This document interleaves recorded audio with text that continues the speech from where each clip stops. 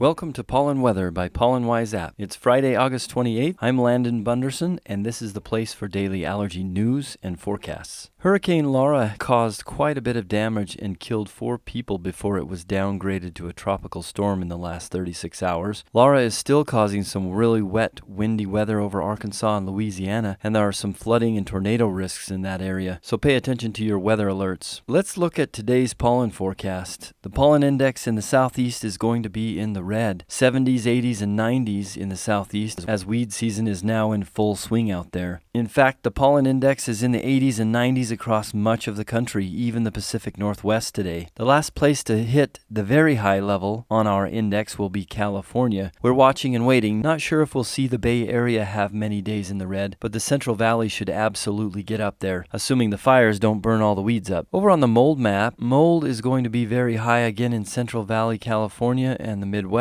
Utah as well, and also the southern coast of Texas again today. We could also see very high mold in Cincinnati today, assuming the rain doesn't wash it out. Air quality is improved in Utah, though California is still experiencing a lot of smoky air. Arizona and New Mexico have some new fires burning, so we'll watch the air quality there. A lot of the fires in Colorado have been put out, but the air quality is still not perfect. Looking at temperatures for much of the western U.S., this is the last day of a long heat wave, as the high pressure system pushes down towards the edge of Texas, bringing potentially record heat to West Texas. Midwest, you got one more day until your cool-off starts on Saturday. Mid-Atlantic and Southeast, you're going to experience some record warm overnight lows. Our featured map for Friday is the 5-day pollen trend map.